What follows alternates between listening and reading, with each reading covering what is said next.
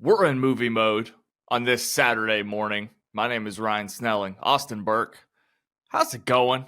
Good to see you. It's going. The weather has been crazy over the last couple of days. Obviously, we don't have it as bad here in Kentucky, but just enough to knock out some power for not only myself, but pretty much half of the city of Lexington where I live. So it's been a little chaotic, but I'm getting to hopefully tomorrow go watch my Pittsburgh Steelers live in Indianapolis. So maybe we'll turn this weekend around. I hope so, man. I would like to take a second and spend some time practicing gratitude. Oh, yeah, I like that.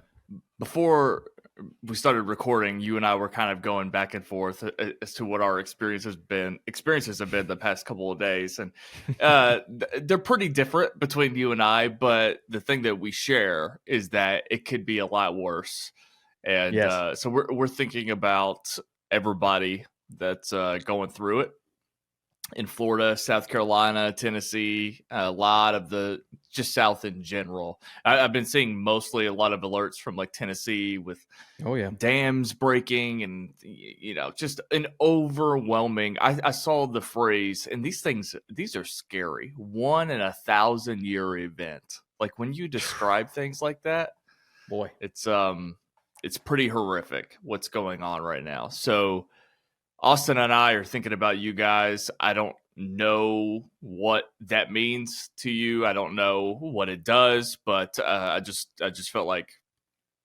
we should take a second and make sure our listeners and viewers know that they're on our minds, and we hope the best for sure. Yeah, it's been just across the southern part of the United States, insane. I have family that live in Florida. I have friends that live in the Carolinas, and just hearing the stories of what people are going through and then seeing all of these things play out on the Weather Channel and on TikTok, some people vlogging through this. It's crazy, man. And so we're definitely, man, we're trying our best to stay positive on this podcast, but we understand that there is a lot of things going on in people's lives right now. So we hope to at least allow you some time away from that, a distraction, if you will. We're trying to do the exact same thing by having a conversation here today. Is it as tragic as Megalopolis? I don't know, but we will we will find out. We'll find out for sure once it's all said and done. I'm surprised I haven't seen that headline yet. Like, Hurricane Helene has overwhelmed the South. Still not as bad as Coppola's Megalopolis. Maybe not that tragic. So we'll find out. We'll look back in 10 years, see which one was worse. Yeah, I've hardly been affected by this. I'm not going to lie. So I've been able to. I mean, it's pouring down rain, right? Like. Yes. There are still yards that are flooding. There are trees that have fallen. There's street lamps and stuff that have fallen down in my neighborhood. But that's the extent of it for me personally, thankfully. So, this is the kind of weekend. It's a good reading weekend for some people, maybe. It might be a time you can kind of cuddle up in a chair or in your bed and read a book. It's good reading weather. Cool, breezy. No. I want to talk about books for a second, but you're good, man. I also want to share. So I've got a roommate, right? My best friend moved in. First thing on the agenda, rewatch Lost. Yeah. So I have been showing her Lost for the very first time.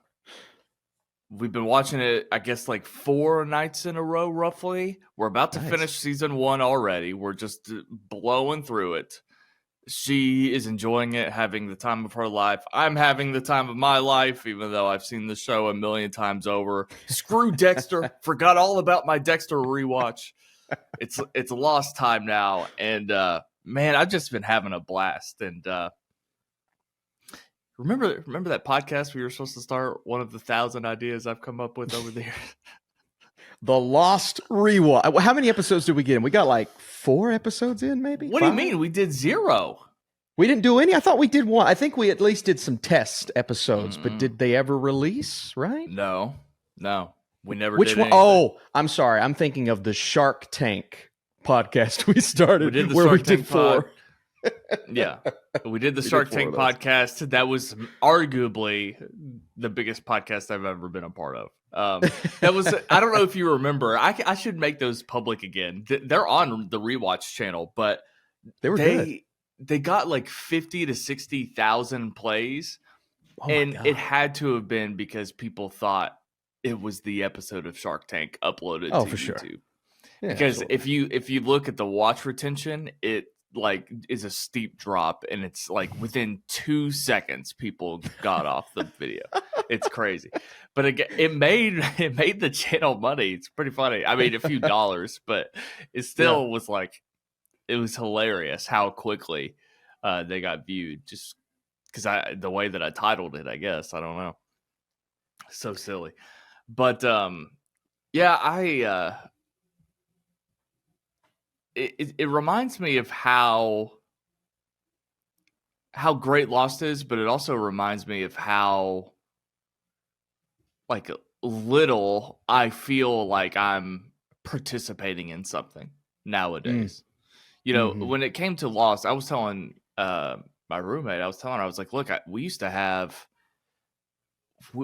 drive to the video store and get a DVD that had 4 episodes on it at a time. Yes. And like run back and forth. My 18th birthday, I stayed home from school and watched the entire second season just sitting at home because I couldn't stop.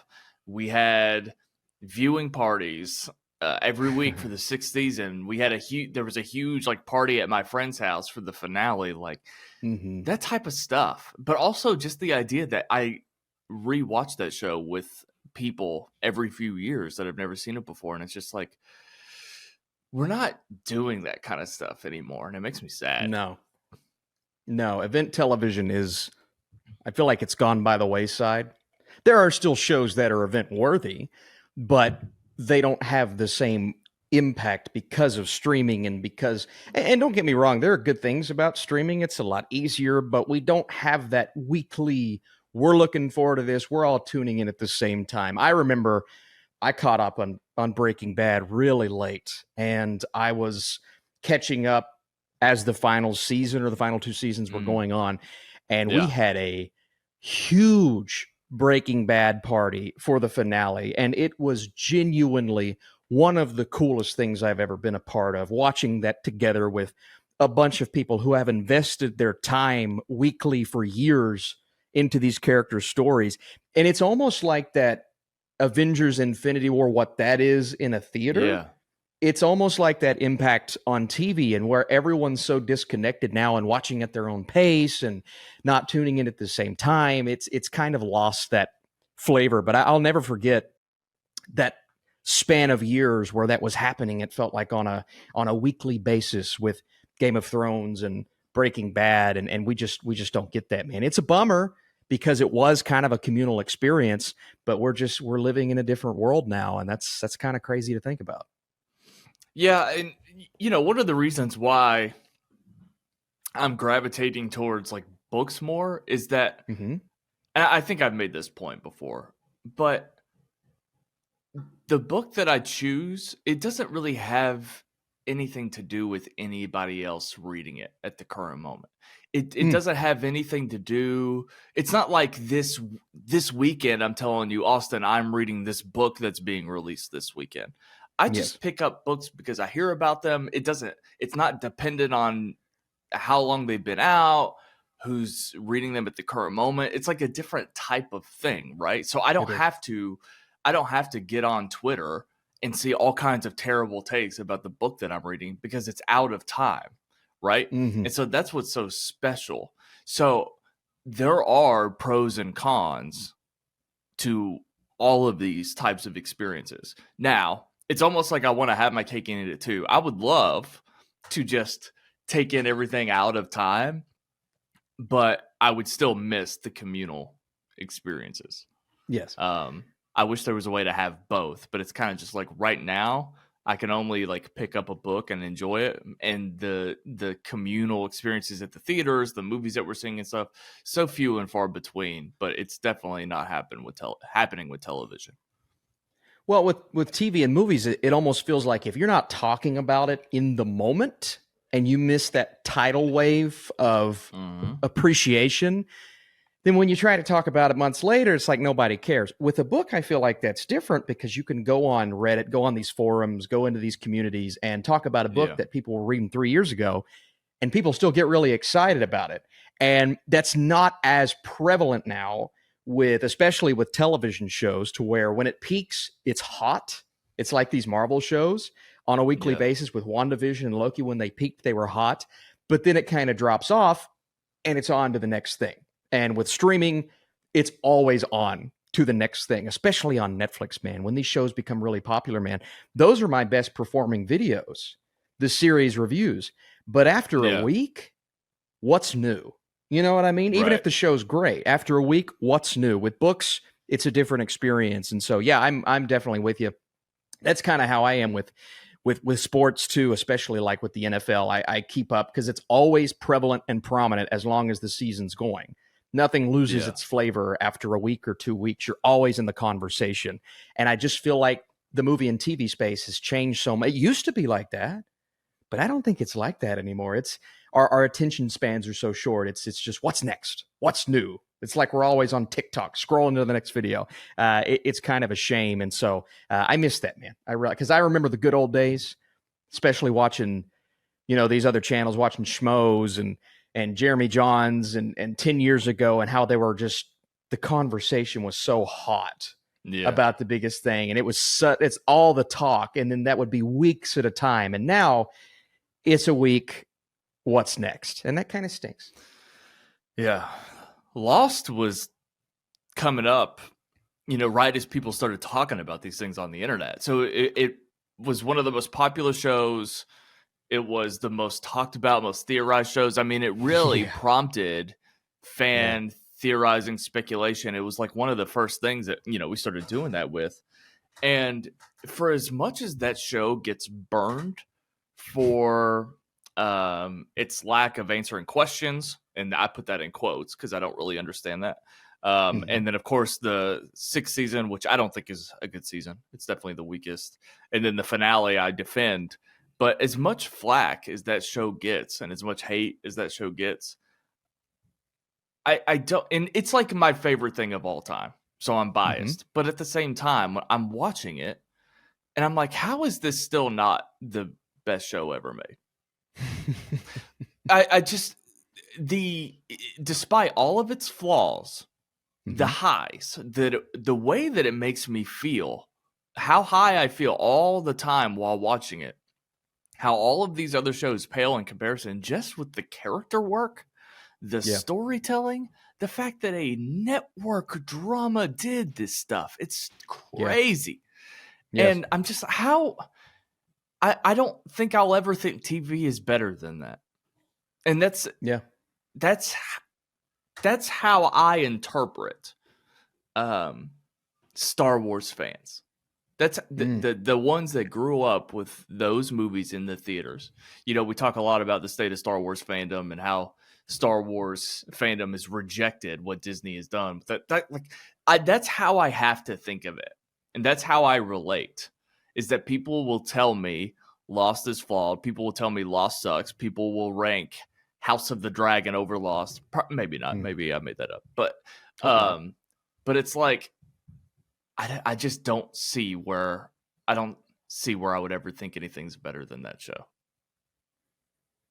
There's a uniqueness to, and I would put definitely Lost in that category, but to these types of shows that it's almost like they break the bank every time they come out. It's like everyone's talking about it. Even if there's a mishap like Game of Thrones towards the end, which I think is a bigger deal, but it's still a show that is such an integral part of the zeitgeist for so long. And it does things to shock people, and it continuously provides the same level of quality. Even if you don't like the last season of Game of Thrones, and I have issues with the last 2 seasons, it still maintains that quality. Maybe not from a writing standpoint, but visually, and where the budget's going, where these performances are at. Everything's incredible. Lost is like that. Breaking Bad's like that. House of the Dragon's like that. I'm sure The Sopranos was like that. I got to Sopranos late. It's phenomenal, but I imagine Sopranos had that impact as it was coming out.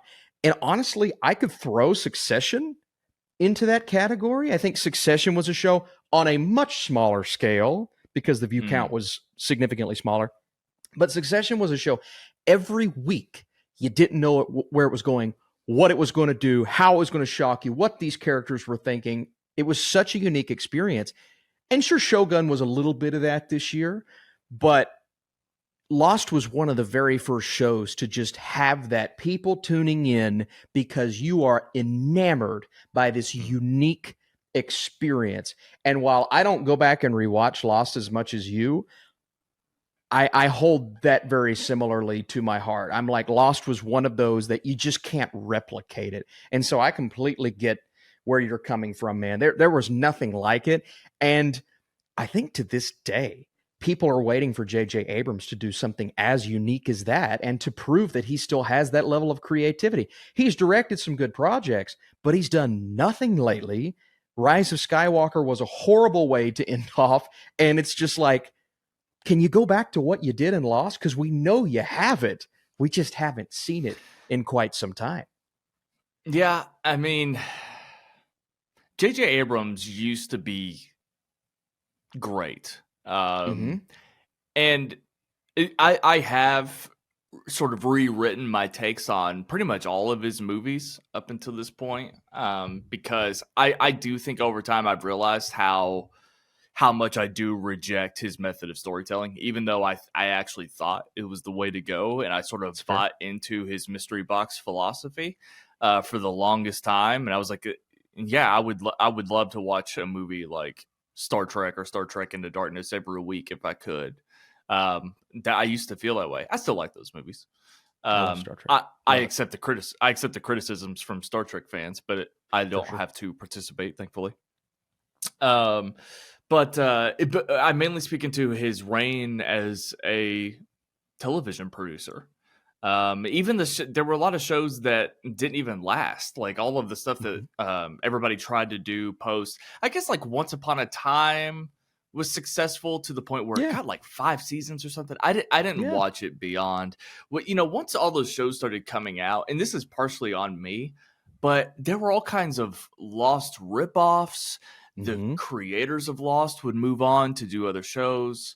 And so I would check all of these out, and they never lived up to it. Lost. No. I'm Jorge Garcia, who plays Hurley. He had a sci-fi show called Alcatraz that they tried that was high concept and didn't really deliver. Flash Forward was probably the most notable Lost ripoff. It had Joseph Fiennes, not Ralph Fiennes, Joseph Fiennes, who played Michael Jackson in a 9/11 road trip movie that we talked about that one time. Who else was in that? Joseph Fiennes. I can't remember. Look it up. Flash Forward. It was a huge Lost ripoff. The Event, starring Jason Ritter and the girl from Disturbia. I can't remember. That was Blair Underwood, I think, was in that show, maybe? Blair Underwood. Or maybe I'm... I might have confused him with another actor. Am I racist? We'll find out. Matt Wolf. I hope it's Blair Underwood. I think it is. Anyway, I'll move on. A lot of Lost ripoff shows, they never lived up to the hype. But it's like I'm watching the show. I have episodes I don't like. I have characters I don't like, and it's funny watching my roommate because I kind of make her talk to me about it. Like, no, tell me what you think, because I'm trying to relive this experience. Yes. But what I get a kick out of more than anything is when we're watching it, and she reacts like more to the not even mysteries, just when we like unveil certain things about characters in the flashback scenes. So like finding out about the numbers, finding out about the hatch, all that kind of stuff. My roommate will react to that same way, to like, oh my God, Charlie's addicted to heroin. Just like all the little stuff. And I'm like, yeah. So all of the little things are just fun to discover about all the characters and story. And it's just like, yeah, I watched the first episode of Darker Matter, and it's like, it's a good show. It's from a book that I love, but I'm gonna forget about it. Yeah. Isn't that part of the fun though? My favorite thing to do in the world is to watch a movie that I've seen or watch a TV show that I've seen with my wife and stare at her the whole time. I don't even make it. It's the most obvious thing in the world. I don't even try to hide it. I'm just sitting here like this, like I'm waiting for that big thing to happen. Then it happens. I'm like, did you see that? And I want to see what's on her face. Granted, she has the worst case of RBF, and so I never know what she's thinking. But when there's even a sliver of emotion, I know she loves something. Or when there's a sliver of a frown, I know she hated something. And so that's what I'm sitting and waiting on. But that's part of rewatching something that you love, like Lost. And Lost is like the perfect show to do that with, because you don't know, first time you're watching, you don't know what the hell's going on. You don't know who comes from where. You don't know what the point of it all is. And to see those reveals come to light, and it's like every episode, at least at first, you get a reveal. Dude, that is the most fun thing ever. And also what you said, that's how you know Lost is special. When something is tried over and over and over again, and it just you can't recapture that same magic. Lost is one of the few TV shows that they have tried to emulate that, and it's unemulatable. I don't even think that's a word. It really is. You can't capture that again. So why are we even trying? It is one of a kind, and that's what makes it special. Yeah. The way Damon and Carlton used to describe it, it's like one of the last times, because it's, again, network television, but it's heavily serialized. And I mean, there are shows that have come out that are like that. Like, I think you remember that show Manifest? Manifest, yes, I do. So they still do these serialized, network dramas and stuff. But Damon and Carlton describe it as like, it's one of the last times, though, that this was a show that was being written while it was airing. It was the last time where they're sort of laying the tracks while the train is moving. And you don't do that with streaming. You make streaming shows and produce streaming shows similarly to how movies are made. The whole thing is written with the writer's room, then the whole thing goes into production, they film it all together, and then it's in post. But no, they're cranking these scripts out every week. They're filming it there. I don't remember exactly what the filming schedule was like, but I think it was like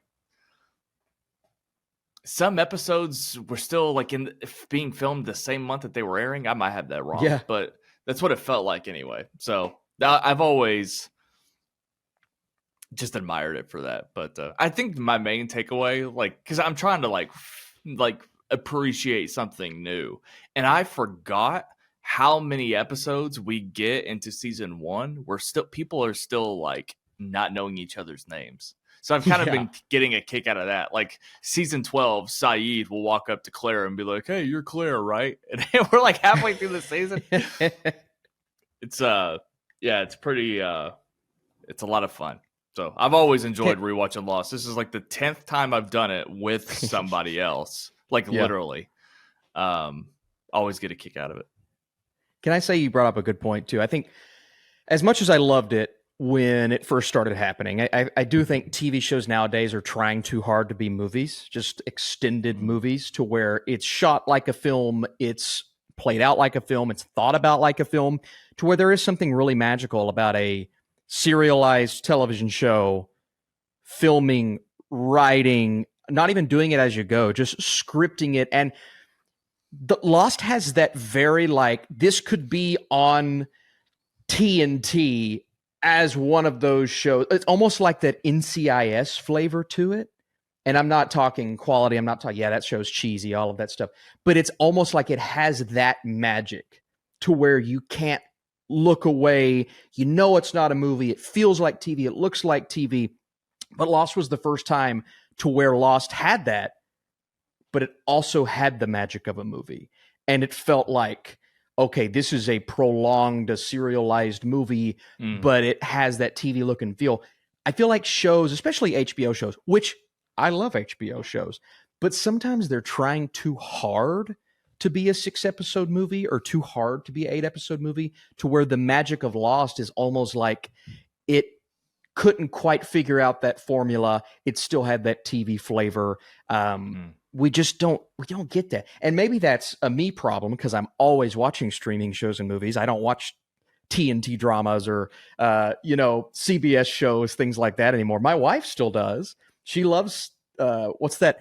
The new one of the Doctor on the Boat, which I think looks like, is that the Joshua dumbest thing Jackson I've ever seen. Show? Yes, yes. Dr. Odyssey or something like that. I think it looks so dumb.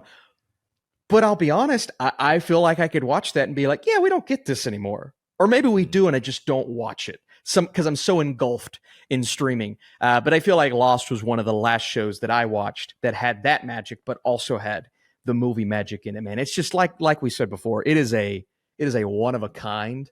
And I'm glad you're getting to relive this for the 10th, 11th time with your roommate. I've relived the show. It's higher than that, but yes, rewatching it with other people, I'm probably at about 10, to be honest. It's incredible. That's incredible. I'm kind of with you on your point. Mm-hmm. I do think I prefer them having a showrunner writing the entire show and then producing sure. it. I think I'm still a big fan of that. Now, obviously, if we're talking about a sitcom, it doesn't matter. It's a sitcom. But that's another thing where I'm showing her Seinfeld for the first time, but I have less to say about that. Nice. But nice. So I've felt this way for years, probably 10 years or so. I will never. I can't see myself where I go back to network television. I've essentially written that entire format off. Mm-hmm. I just can't. There's something about it, and I don't know how to explain it. But there's just something about it. I just think it's all cheesy. Like you mentioned NCIS being cheesy. It's just like this, like when I see Angela Bassett do that 911 show and stuff, and I'm like, I've never seen a single second of that show. But I look at it and I'm like, I already know what that is. Yeah. And I already know that, like, I don't know. It's like I can already tell you exactly how I would feel watching any of these shows. Young Sheldon, oh my God, all that shit. I'm just like, I don't think I'll ever do it. I think I'm going to watch cable or streaming shows for the rest of my life. Yep, I think there's I don't watch network television anymore. But I still find myself going back and rewatching certain things. Even going back to like your classic Fresh Prince of Bel-Air, which is one of my favorite shows of all time. It's so daggone cheesy, but there's almost this magic to it. And when I'm watching Madison watch Criminal Minds or NCIS, it's so cheesy, but it's almost nostalgic to me, to where I don't take time to watch it, but when I do come across it, I'm like, man, I wish we still got shows like this that were special. None of them now are special. At least that's surface level viewpoint. I get that. None of them now feel special. But if I sat and took the time to watch a show like this, maybe they would be. But there's like a nostalgia to it. It's hard to describe. Yeah, I think Daniel Day Kim, the great Daniel Day Kim, who played Jen in Lost, when he, his answer to how he responds to Lost ending and what he's going to do next, because he's a big television star, it becomes the Hawaii Five-0 reboot with James Caan. And I'm just like, it's almost like, reality smacking you back in the face. Like, Lost will never be accomplished ever again. And these stars move on to do police procedurals that are just more like every other TV. Police procedural. And that's the way that it is and the way it's supposed to be. And he became a bigger star because of it. But my interest level wanes entirely. Was he in The Good Doctor? What's that show called? The doctor one where he's like, I am a surgeon. Is that The Good Doctor? That's Freddie Highmore's show. Was Daniel Day Kim in that? No. Okay. I don't think Daniel Day Kim did the Hawaii Five-0 reboot, and then he played one of the characters in the Hellboy reboot with my God, David Harbour. He plays a character in that movie. He's too good for that. He's too good for that, man. Well, I think everybody in that movie is probably too good for it, but yeah. Anyway, can I tell you about this? It's the end of September, so I want to practice. I want to practice my first book talk here on Movie Mode. Is that all right with you? Do it, man. I love it. This is great. All right. These are my September reads. All right. Damn. So I am working on one. I'll talk about that here in a second. So we started with Dark Matter. Okay. This book is a blessing and a curse. It is going to be my number one from September.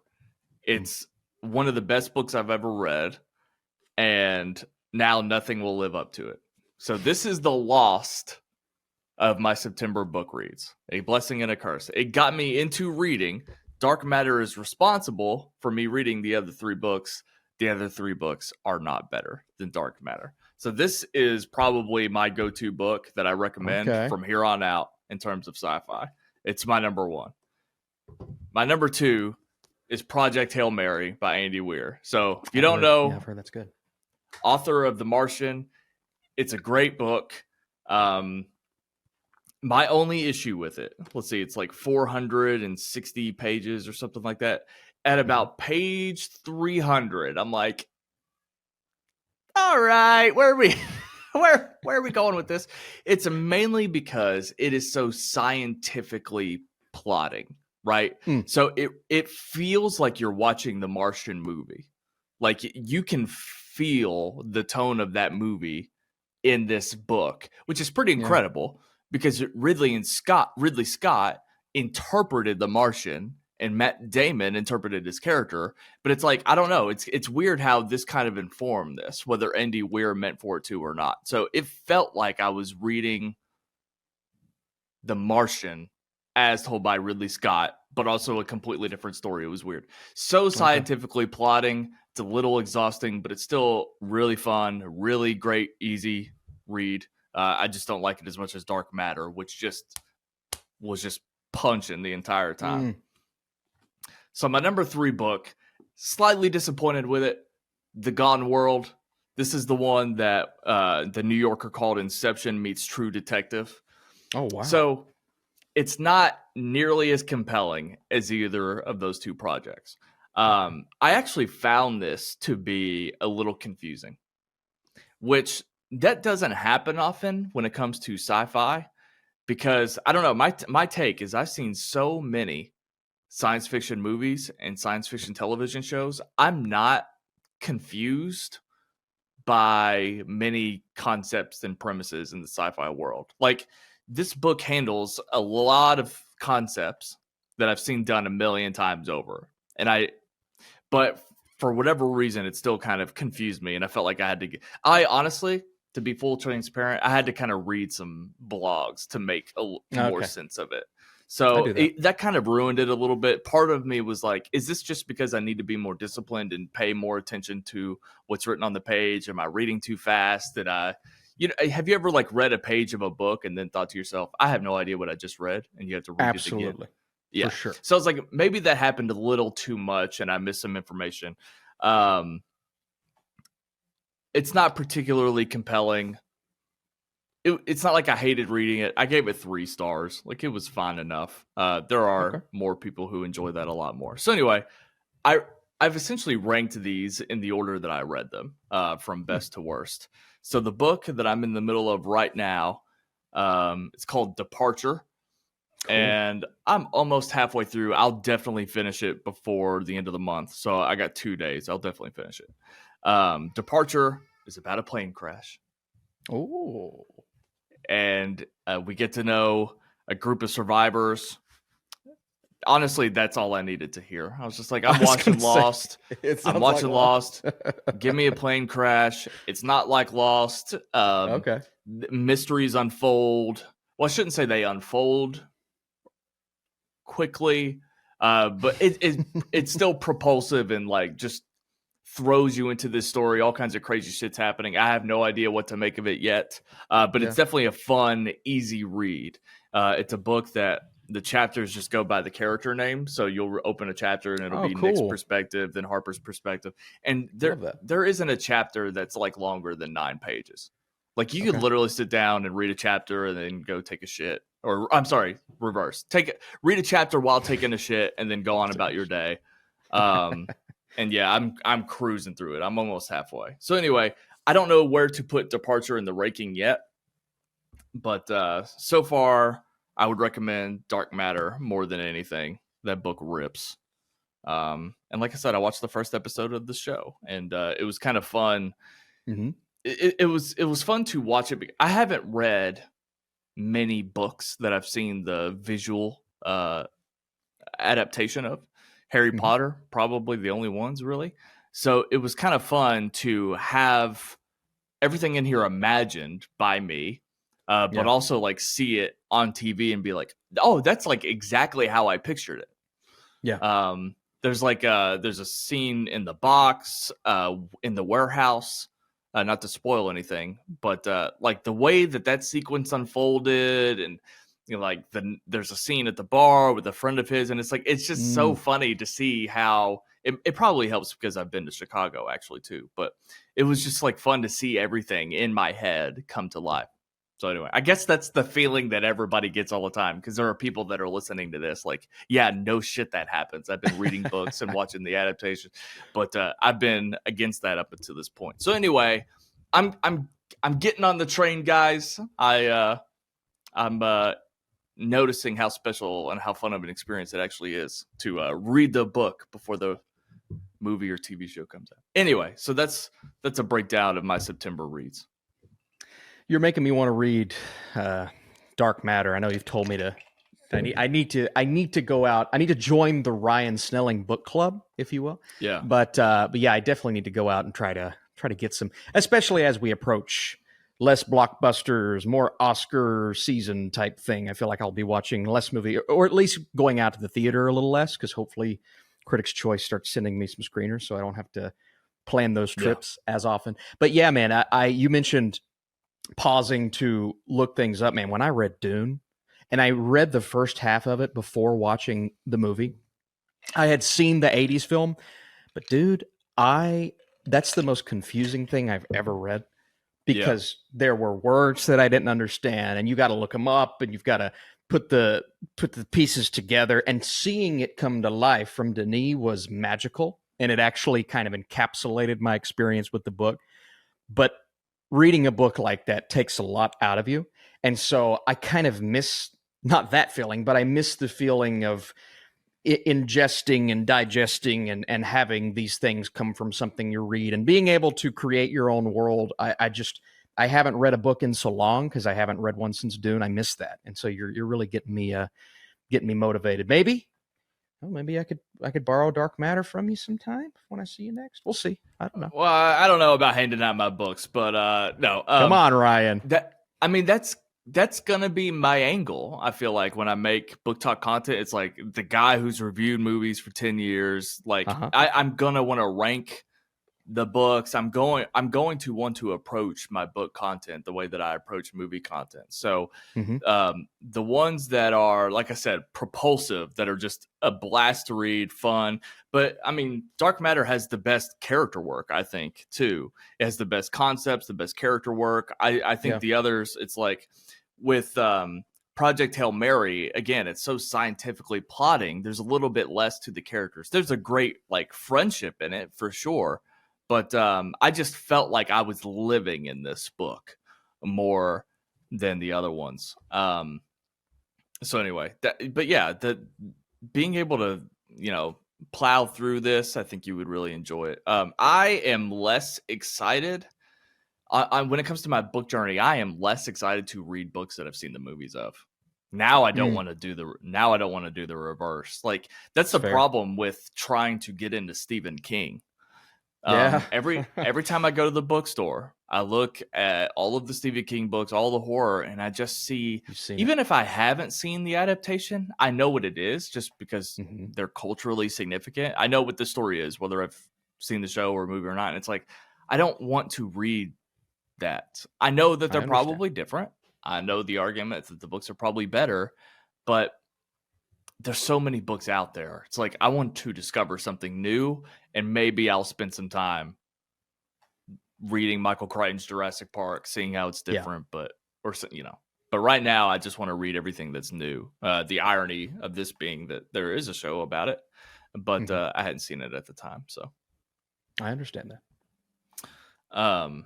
Anyway, should we talk about movies? I mean, we talked TV, books. Time for movies. Yes, man. Yeah, we covered everything today. Let's do it. You saw Megalopolis in theaters, correct? Mm-hmm. Yeah. Okay. So let's set the table. I did not. You did. Did you watch Apple TV Plus's Wolfs, starring George Clooney and Brad Pitt? I did. I sure did. Okay. Perfect. Let's talk about Megalopolis first. I saw this morning that it has a D+ cinema score. Did you see that?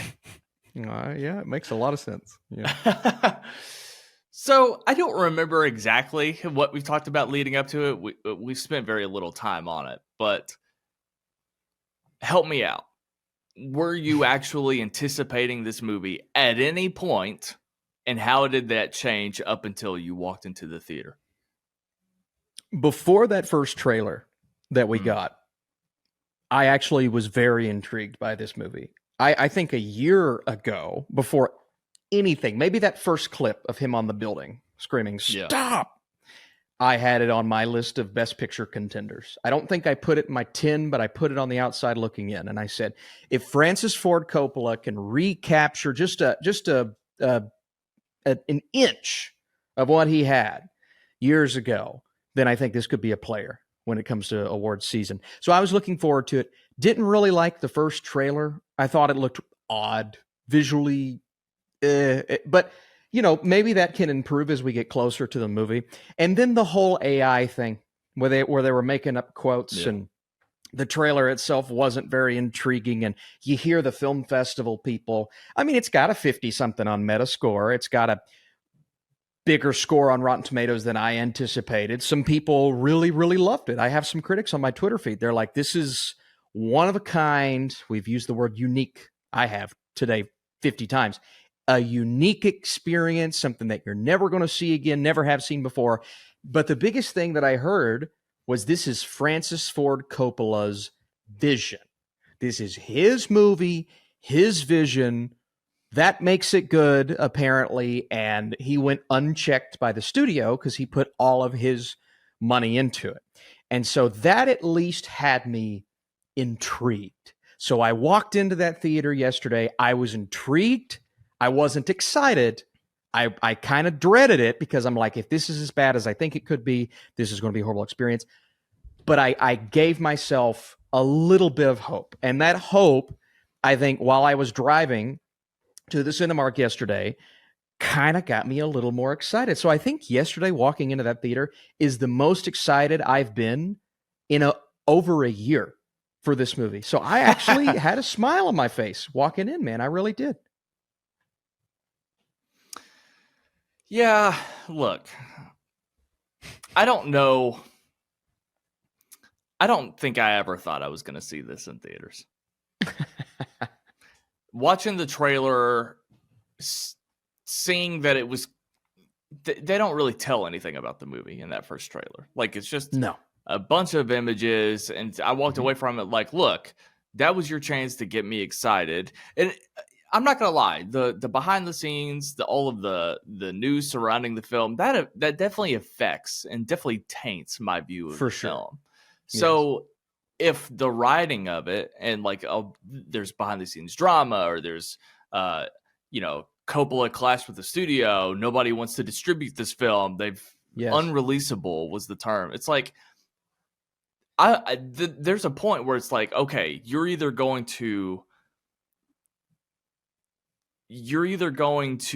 get me excited with this first trailer so that I can be like, fuck the studio system, like they don't know what's good, blah, blah, blah, blah, blah. That movie looks sick, blah, blah, blah, blah, blah. Or you're going to release a trailer that is completely inert and doesn't do anything to change my perspective on it. So all I have is that, like, yeah, this movie's bullshit. I mean, that's almost how I felt about it the entire time. It's just like, that's this movie's bullshit. And it's like, look, a filmmaker got to make something. It's like Costner with Horizon, an American Saga. It's good, and I want to get on board with filmmakers making their own visions. I wish that it was easier to do. I wish that we got it more often, and that filmmakers didn't have to be so dependent on the studio system, dependent on studio notes, compromising their vision just to get something released. I get that. But there's also, it's a balancing act, because also when a filmmaker goes completely unchecked, he might have made exactly to a T the movie that he meant to make. So in that regard, great job, Coppola. But when the point is to share it with the world and it's inaccessible to modern audiences, it's just like, why? What's the point? And I've felt that way the entire time, having not seen the movie, and it just kind of feels like you're confirming this movie's is this movie bullshit? Do you share that? Is it masturbatory? No. Yeah. I hate to call it Megalopolis. I hate to call it that. But it does kind of feel like Megalopolis, Ryan. Yeah. It feels like his vision was a bad vision. Yeah. His vision was a misconstrued, and I'm not even saying there isn't promise. And so the reviews that I read, that I was also thinking this is bullshit, because just because it's his vision doesn't mean it's a good vision. I think I almost think people are giving the movie a pass because it's Francis Ford Coppola. If Francis Ford Coppola's name wasn't attached to this film, I don't know if it would have one positive review. I genuinely mean that. Go ahead. Well, I was just going to say, it almost makes me wonder, like, why did this even get picked up by distributor? Is it Lionsgate, right? Like, I believe so. It's almost like I wanted to be in the room with everyone Coppola met with, all of the studios, all the production companies, and I just wanted to sit there and look at all of them and be like, you don't have to buy this, right? Like, he already made it. He spent the money on it. You all can just exit the room. But it's almost like somebody felt like they had to buy it, because it's like, maybe we can do something with Coppola's name. I don't know. I feel like when these big name directors get a name for themselves, and Coppola's got a name for himself for a reason. Okay. Me thinking this movie's a disaster is not hating on Coppola when he was in his prime. He's phenomenal. But I feel like to get to that point, you've got to be surrounded by yes men. Yes men, yes men, yes men. Nobody says no. We're going to do what you want to do, because you've proven it to us time and time again. I feel as if Megalopolis is the ultimate example of a director that is surrounded by yes men. And I felt that way about the prequels, Star Wars prequels. George Lucas surrounded by yes men. That is the exact same case with this movie. By the way, I have some good things to say about the prequels. I don't have a lot of good things to say about this. Now, there are moments in the first half of this film where I could see the vision. So I will say that. This is Adam Driver plays Caesar. Giancarlo Esposito plays Cicero. This is New Rome. This is the rise of an empire. This is the rise of this utopian society. He labels this movie as a fable. And so he's trying to recapture history in a new way, but also play on all of the modernisms of today's technology, today's mindset, today's political divide. Actually, some things that we've talked about on this show are some things that kind of happen in this movie a little bit, the way that people interact with each other and how empires can literally crumble as you're watching, you watch this thing slowly crumble. But by the time you get to the second half of the movie, it goes from slowly crumbling, which was kind of interesting, or forming and then crumbling, to a second half that makes this feel like it was supposed to be a 6-hour movie, but they crammed 5 of the 6 hours into the last hour, to where it is one of the most incohesive, random, incompetent, nonsensical hours of cinema that I have watched in a theater in years of the decade. It was nonsense. Now, nonsense that was built on a pillar of something that could have worked. I look at this movie like how Metropolis in the 1920s was. People were probably anticipating that, just seeing an image of that futuristic city coming to life. And in the 1920s, you didn't have anything like that. And I saw the imagery, the concept art for Megalopolis, and I'm like, this is really cool. Like, it's this new age Roman look. They're taking New York City, they're transforming it, they're changing the politics of it all, and you're looking at how things are so corrupt across the board. But at its heart, it's a love story between Julia and Caesar, between Mayor Cicero's daughter and Adam Driver's character, which is just another layer on top of the 1,000 things that it's dealing with. Shia LaBeouf's character and Aubrey Plaza's character and all of the crazy things happening. But at its heart, it's a love story in the first half of this movie.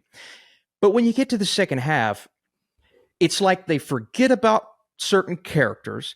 It's like they forget about interesting ideas that they at least brought up. And you literally fast forward years and years and years and see this utopia rise and see this utopia crumble and see these things come to light and see these things. And it's like they crammed an entire 8-episode series into 2 hours. And so, but it was Francis Ford Coppola's movie.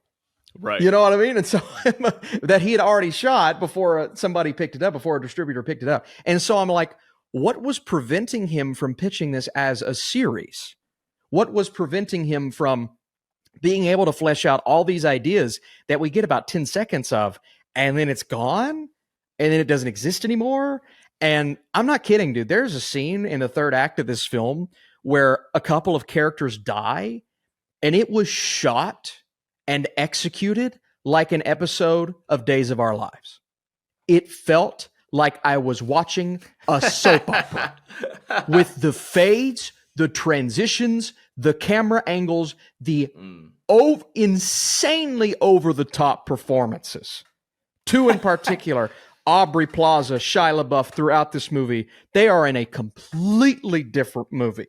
Damn. Over the top to an insane degree. And it was shot like a soap opera. The third act of this film felt like a sci-fi, the channel, sci-fi original television show meets The Young and the Restless or Days of Our Lives. That's what the third act of this movie felt like. And I get people saying it's visually interesting because conceptually it is visually interesting, but these are some of the worst visuals I've ever seen in a movie of this magnitude. They look terrible. They look atrocious. I admittedly have given certain Marvel movies a pass for bad green screen that I shouldn't have. I'm not giving this a pass because you didn't have. It could have looked a lot better. Maybe don't cast Adam Driver. Maybe don't cast Giancarlo Esposito. Maybe cast someone else and put more money on the budget of the post, because that's the whole point of the final act, is to make this city, this utopia, look visually appealing. Right. And on paper, it would, but the execution is atrocious. And so it's one of the worst third acts. It's one of the worst third acts I've ever seen in a movie. I'm not kidding. It's atrocious. And it's based around the fact that they actually got off to an okay start in the first 30 minutes, but they go every direction in the world. And when Adam Driver's sitting around that, I know I'm rambling, but when Adam Driver's sitting around that table and he's like, if we could sit and have a dialogue about these ideas, and I'm sitting back going, he's just basically saying what I feel about this movie. If we could sit and have a dialogue with Francis Ford Coppola and tell him, hey, buddy, you need to chill out. You need to hone it in. You need to focus a little bit. But he's surrounded by yes men that said yes to everything that he pitched, to where even if it's his vision, it's a disaster. And this movie ultimately is a disaster. And that's the first thought that crossed my mind when the credits hit. Multiple people got up and walked out. By the way, multiple people. Wow. Yeah. 3 or 4 different parties / individual people walked out of this movie. You know, it's funny. My next question to you was like, why would actors say yes to this script, right? Is it like, if we ask the actors, why are you in this movie? Why did you participate? So is it just going to be because they're like, I think it had something interesting to say? Because you highlighted that it spoke a little bit culturally to what's going on right now? Like, absolutely. And I'll give them this. I do believe there is the idea of a new Rome and doing a modernized Caesar and a modernized Cicero. I would love to read that book. Yeah, that's what I'm saying, man. This is something that could have been great. Now, I'm not going to give the actors a pass because they had to read the whole script and they had to know how it all goes down.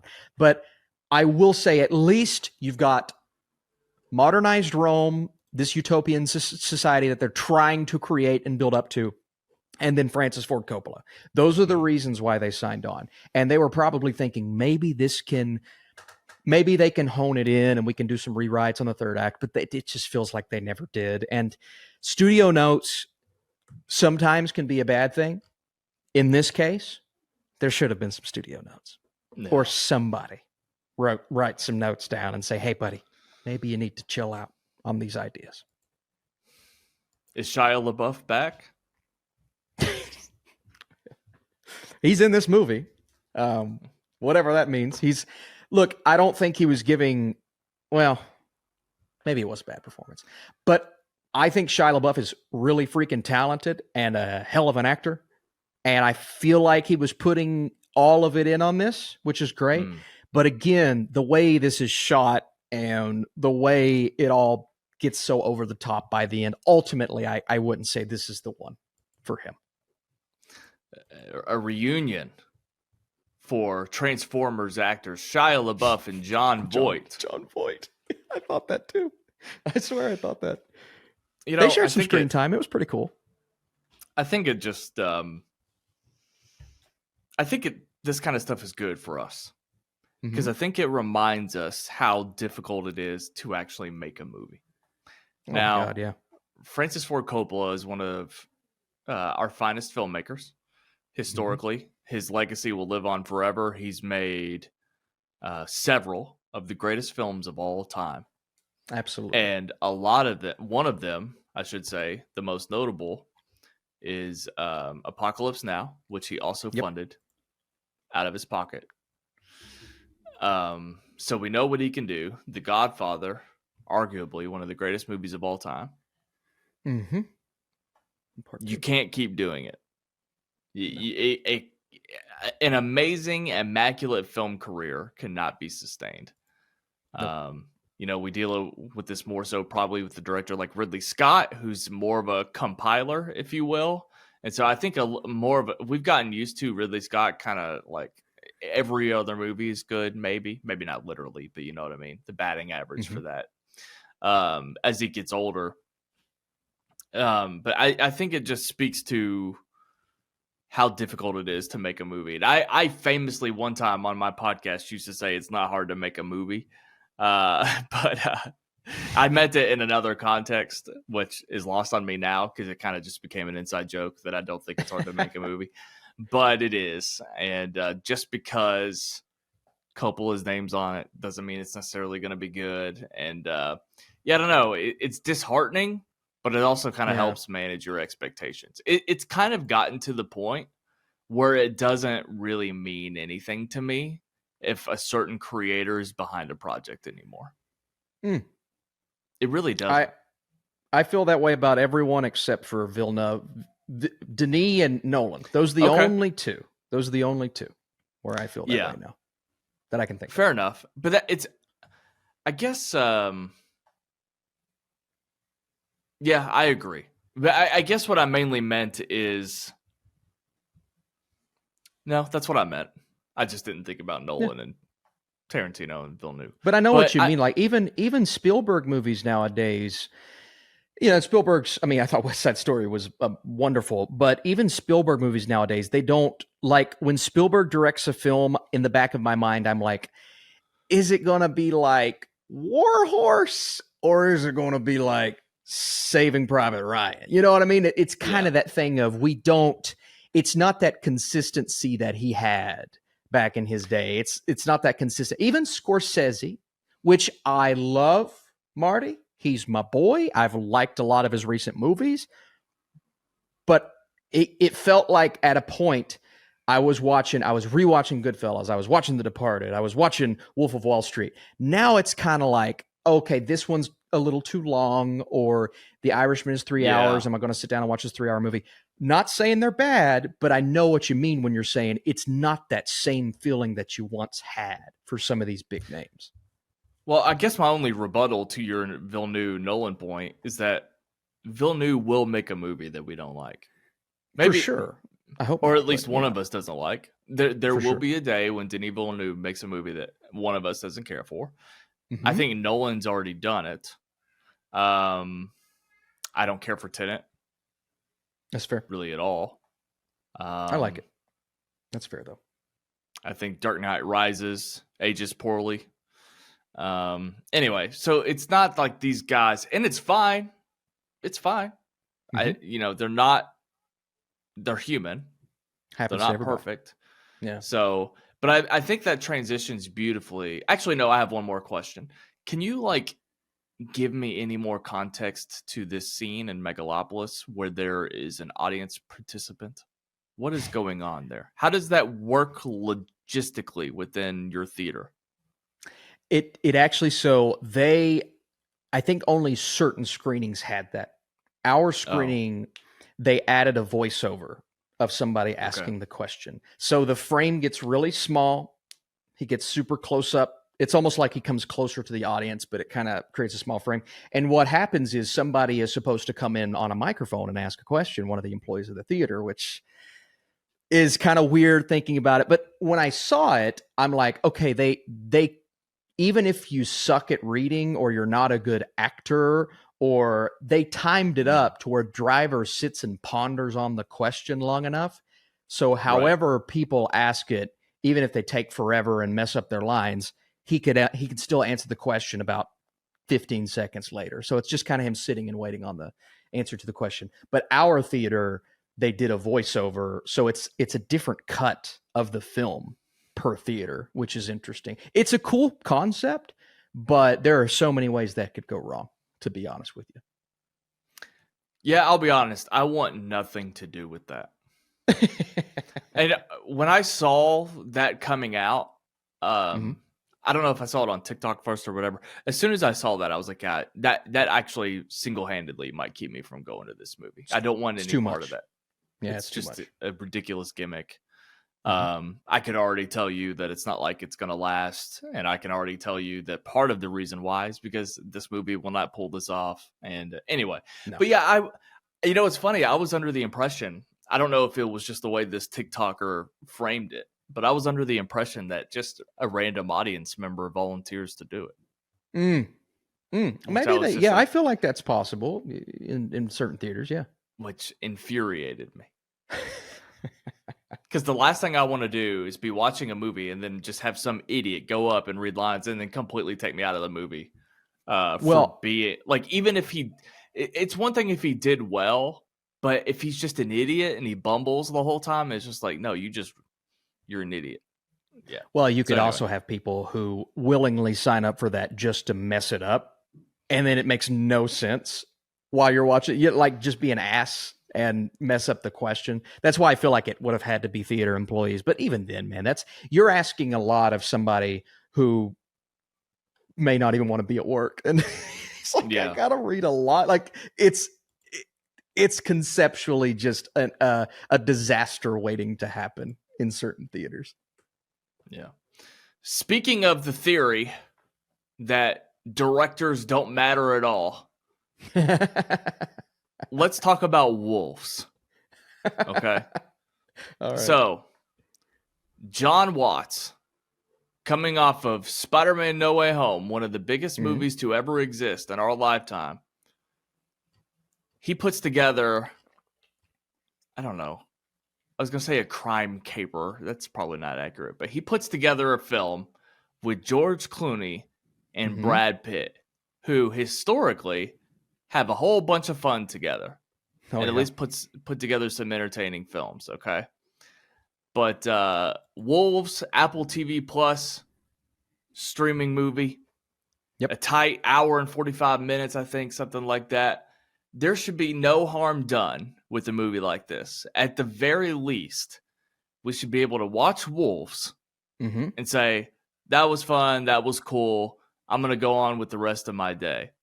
Yep. I cannot even say that about this movie.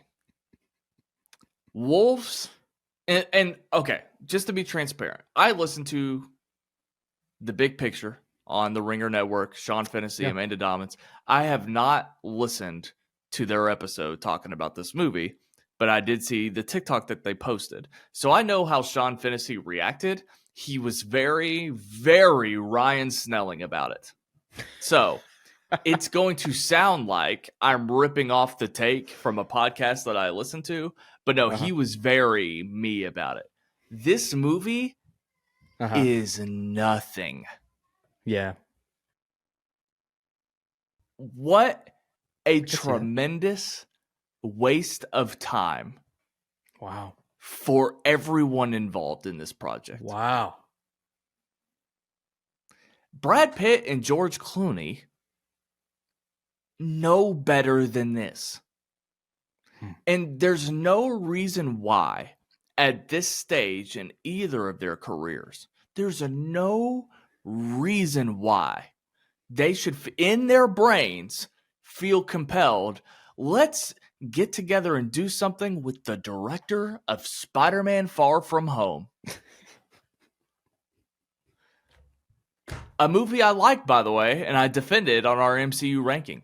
But there's nothing that makes sense about those two guys. They are so much better than that. Brad Pitt especially. Brad Pitt knows better. Clooney, you know, he's a little bit more wishy-washy with his filmography. Even his directorial stuff. But there is no reason why the reunion of Clooney and Pitt should be this much of a waste of time. There is nothing particularly compelling about this movie. There are moments, and I did laugh out loud at a few moments. There's a few bits, and I assume that would be the case. You know, it's enjoyable to watch Pitt and Clooney together, especially if they're in a good movie. But this movie is nothing and a tremendous waste of time for everyone who made it. It's like, I just want to ask everyone, what did you think you were doing when you made this movie? There's nothing. You don't accomplish anything. You don't contribute anything. This is nobody's best project ever. There's nothing memorable about this movie. There's nothing original, unique. It's a cinematic waste of space. Do you agree? You haven't seen Cop Car, Ryan? I have. I would say I have seen you Cop have. Car. Did you like Cop Car? I enjoyed it. I also saw it the year that it came out and hardly remember it. But it's fair. I have seen Cop Car. What if I told you that I thought this movie was a fun time? I get it. Okay, because that's not how I feel. Good. I was being nice, but yes. Okay. Good. If my mom and stepdad were like, I had fun with it, I would get it. Sure. I hate to agree with you on this. I really want it to be opposed. I hate it. I hate that I agree with you on this. Because this is I just such a I don't want to give the same Ryan Snelling take.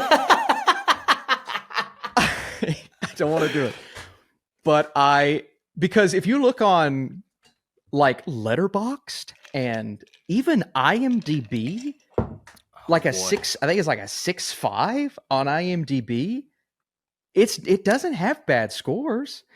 Some people that I know, some close critic friends I know enjoyed it. They're like, yeah, this is a good, you've got Brad Pitt, you've got George Clooney, you've got some really charismatic actors together on screen. I'm like, yes, you do. But it doesn't matter if they're charismatic. It doesn't matter if you enjoy seeing them on screen. When a script is this bland, when a story is this empty, it does not matter how charismatic the actors are. It does not matter how good the banter is. You know what? Backtrack. I could even take some good banter back and forth and a forgettable story. I think a great example of a movie that could have been worse, and that had a good comedic script to it, but the actual case in The Nice Guys was very forgettable, right? Okay. Very forgettable case. I can't really, something about a porn star, who cares, right? It is the chemistry and the performances between those two. And the fact that Gosling is actually really funny, which I know Brad Pitt's really funny. I know George Clooney can do that. But there's a dynamic there that's super memorable. And it just allows that movie to flow and ultimately thrive. Who was the straight guy? Who was the silly guy? Yeah. The character traits, the personalities of these two are so dull and bland, and I don't remember their names. Right. I don't remember what their roles were. There's a moment where they're standing and pointing a gun at each other, and I'm like, oh, cool, George Clooney and Brad Pitt are pointing a gun at each other. But I'm like, why are we here? This movie is an empty experience with empty characters. And dude, I was an hour into this. I think it's, like you said, an hour 45. I'm an hour into this going, are we going to pick it up? Yeah. Are we going to get more to this story? Because if this is all it is, dude, I don't even think this was a dull movie. I think this was a bad movie. I think it's genuinely a bad movie because you completely wasted two of the most talented actors I've seen that live in Hollywood. I mean, how do you waste these two guys on this level, Ryan? Well, it's partially their fault because they both produced it. I honestly think this started with the two actors reading a script by John Watts and being like, we gotta do this movie together. And they're the ones that pulled him up. It's unacceptable. This is the worst version. This is the worst John Watts film. This is the worst movie. For sure. This is the worst movie featuring Clooney and Brad Pitt. It's not their worst movie individually, but it's their worst outing together. It's unacceptable. Yep. Is how I would put it. Maybe my least favorite scene in movies in 2024 is the chase sequence when they're chasing after the kid. Just goes on forever. It's the never slow-mo fun. Over the car. What was never that exciting? No. Oh, I remember that moment too. That was kind of weird. What? It was out of place. The chase scene through the mall and then through like I don't remember. I don't know how to explain it. There was like a construction site and then there was like an overpass or underpass from a bridge. Like it just goes on for like 10 minutes and it's just two people running after each other. There's nothing fun about it. That's when I knew that this movie was bad watching that scene. The opening scene, it could have gone either way. I was intrigued, compelled even to see where this was going to go. I think my biggest problem with this movie is that it devolves into we find ourselves getting in the mix with like a bad drug deal. Yeah. That might be my least favorite plot of any movie in modern cinema. Because it happens a lot in like modern comedies before they died out. It was always like two bumbling idiots or the straight man and the funny man or whatever, and they just find themselves in the middle of like a drug deal gone bad and deal with like some game nights like that. And Game Night is a successful version of it. Phenomenal. But some of the movies that like Jason Bateman was doing, he did that one, I can't remember. Was it The Change Up with Melissa McCarthy? It's like all of these movies, they just ended up being like, oh, well, wouldn't it be fucking the Nicolas Cage movies like that? Unbearable Weight of Massive Talent. Yeah. It's the same thing. It's my least favorite thing to do in a movie, to be honest. So I wish like the movie took any other route. Let's explore what was actually going on with Amy Ryan's character. Let's see more about the Wolves' backgrounds, not just the woman that like deals with both of them. Like, how did both of these guys get involved in this? And, I just wish they did anything else other than like find themselves in the middle of like a drug issue with the Albanians. It's just like and it's nothing stakes, nothing characters. Yeah. I was annoyed with Austin Abrams from Euphoria. Mm-hmm. I just can't think of anything. It looked good. Yeah. It looked like a good digital streaming film, but that's all I got with this. I think it's my second worst. And granted, I see far less movies than you do. This is my second worst movie of the year. What's your first? Atlas. Atlas. Oh yeah, of course. Yeah.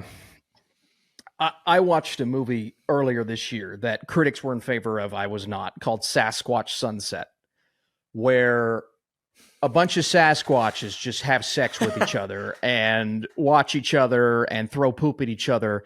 And I thought it was bad. I think there's more of a point to that movie than there is to this movie.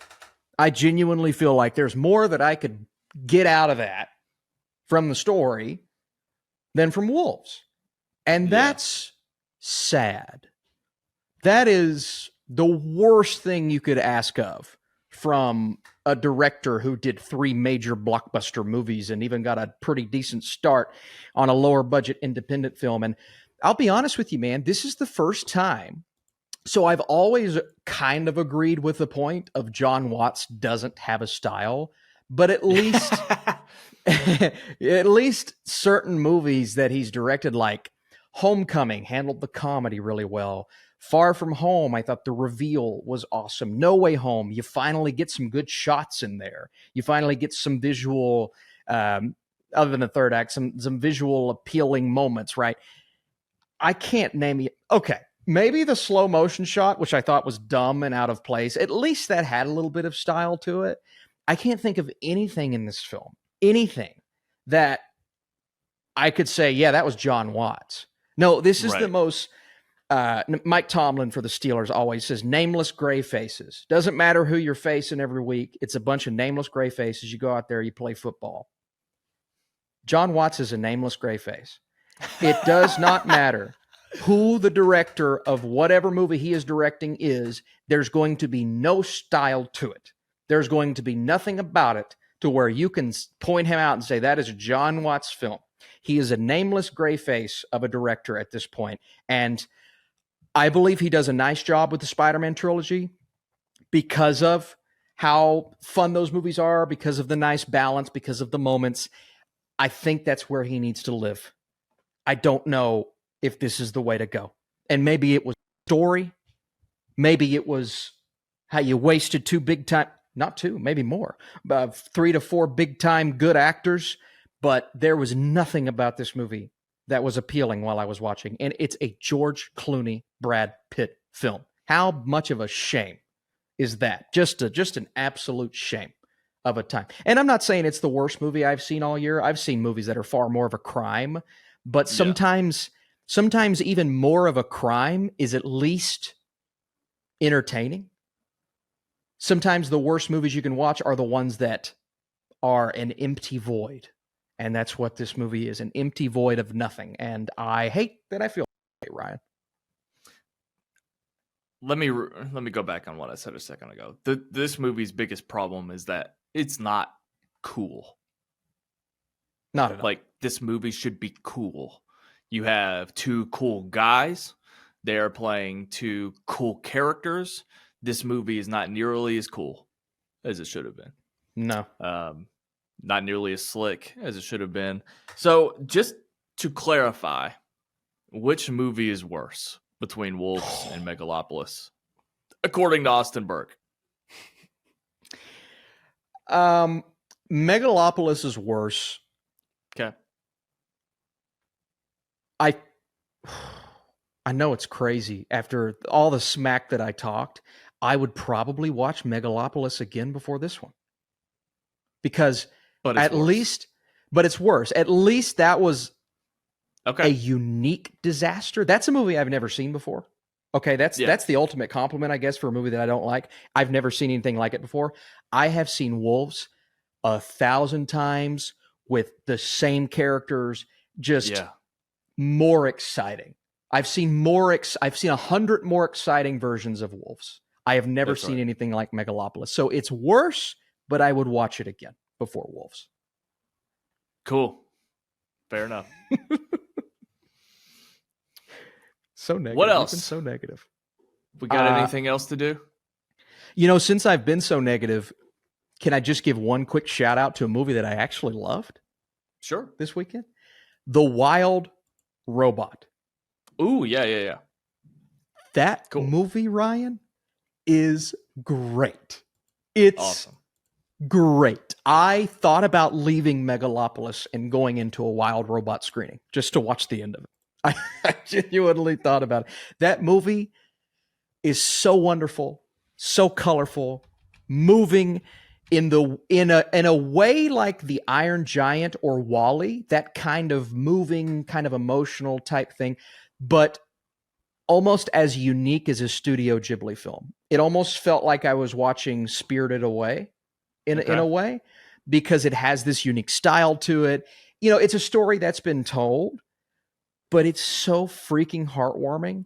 And even for a film that has so much to say, because it's a movie that almost rushes through, she's kind of being a motherly figure over this animal, and it kind of rushes through her relationship with that goose, but it has an entirely different story. I know it's such a weird thing to say. It has an entirely different story to tell in the second half that I didn't think was coming in the first half. Dude, what a magical movie, man. If you want a family movie this weekend, take your family, take your kids. But even if you're going by yourself, I think you might get a little emotional, man. It was awesome. I'm excited to watch it at home, but I am excited. It's really good.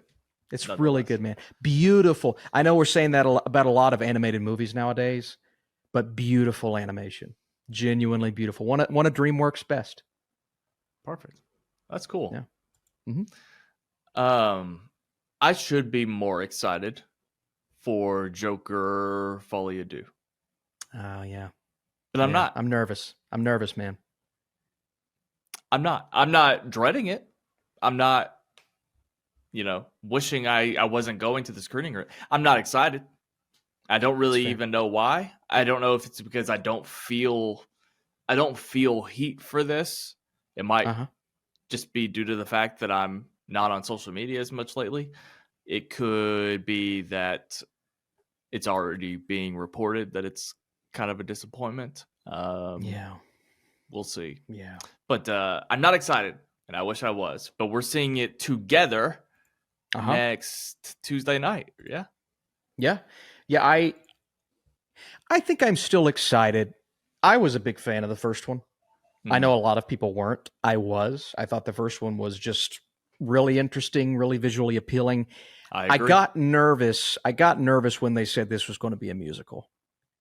And regardless of what Lady Gaga tries to say that it's not, it is what it feels like. And so that, I guess I can appreciate them trying to go in a different direction, but at the same time, man, maybe this wasn't a necessary sequel at the end of the day. And so we'll get that answer next week, but I am very hesitant because I love this character and I hope they don't mess it up. two things. Do you remember the quote Todd Phillips? It might have been a couple weeks ago. Todd Phillips said that there will definitely not be a third movie because Fully Do just isn't a movie that requires a sequel. We've said everything we wanted to say with these two movies. That might be, that quote might backfire because everybody's just going to watch this movie and be like, yeah, you should have just used that philosophy after the first movie and said that you were done. Like, it's just one of those things that's going to bite him in the ass that he said it. Yeah. Also, I think more than ever, this movie is going to show all along that they're really just doing their own thing. This is truly Elseworld. But I've seen people with this criticism, and I think that we could be headed towards this. This is just not the Batman villain in these movies. It's just not the Batman villain. And if this movie doubles down on that idea and it just operates without Batman needing to be a part of it, then I'm just going to be like, what the hell? That's fair. I like, don't call it Joker. Like, let it be its own thing. But I don't, it's just weird for it to be a DC movie and a Warner Brothers movie. We don't really call things Elseworld right now. Like, they don't really have that label. So yeah, it's like a director exercising its villain, but it's like, yeah, you kind of just used comic books and superheroes to tell your story and get it across and maybe get it greenlit. And it's like, I don't know about that. Yeah, I don't mind as much. I'm divided because the first one, the way that it ends, I'm sitting back thinking this is definitely not a Batman villain. If he tried to fight Batman and get his ass whooped type of thing. But at the same time, I'm like, I kind of liked that the first one strayed away from that. And so I know the second one's probably going to double down on it. I don't know how I feel about that yet. I literally think it all depends on how they handle it, but I don't hate that idea as much. But ultimately, we'll see. We'll see how it handles it. I just don't understand this interpretation of like, let's have the villains exist when Batman's a child. Yeah, that is weird. I just don't understand it. Just don't even put him in there.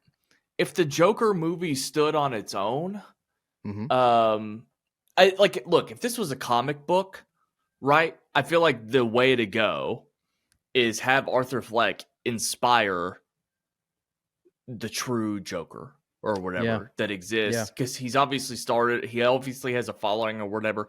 Is that a great idea? No, not particularly. No. But I feel like that's how you could make it work. Tie it in, and maybe that Joker never does anything other than shoot Robert De Niro as a talk show host. Maybe he incited a riot, but maybe he's locked up forever and he becomes this legend. And then 30 years later, but it doesn't seem like they're doing anything like that. It seems like that they are just having Arthur Fleck fall in love and singing some songs. So we'll see. That's obviously a dong take considering we haven't even seen the film yet, but we'll figure it out and we can pick this conversation up next week. Yeah, it's going to be a fun one. I will also say I don't feel the hype and anticipation nearly on the level as the first, and that's $1 billion movie, so it's kind of odd that I'm not feeling that. Maybe it blows me away with its box office, but right now, man, I thought there would be a lot more hype for this movie, so that's definitely strange. It's a long road to Gladiator 2. I keep saying it. I mean, good Lord. It's going to take forever.